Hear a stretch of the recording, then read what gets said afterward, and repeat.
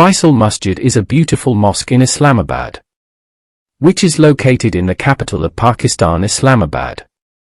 Faisal Masjid is located at the foot of Margalla Hills of Islamabad, which is hidden inside these mountains. The mosque, which is located in front of Islamabad's main Faisal Avenue, was started in 1966 by King Faisal bin Abdulaziz after an official visit to Pakistan, announcing the construction of the mosque in support of the initiative. An international competition was held in 1969 in which designers from 17 countries were invited, one of which was won by a Turkish designer. 48 acres of land was required for the construction of the mosque. The construction of the mosque was started in 1906.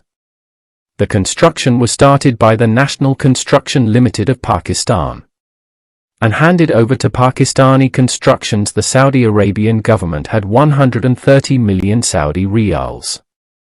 In 1975 the roads on both sides of the mosque named after Shah Faisal bin Abdulaziz. The foundation stone of this mosque was laid and signed in 1976.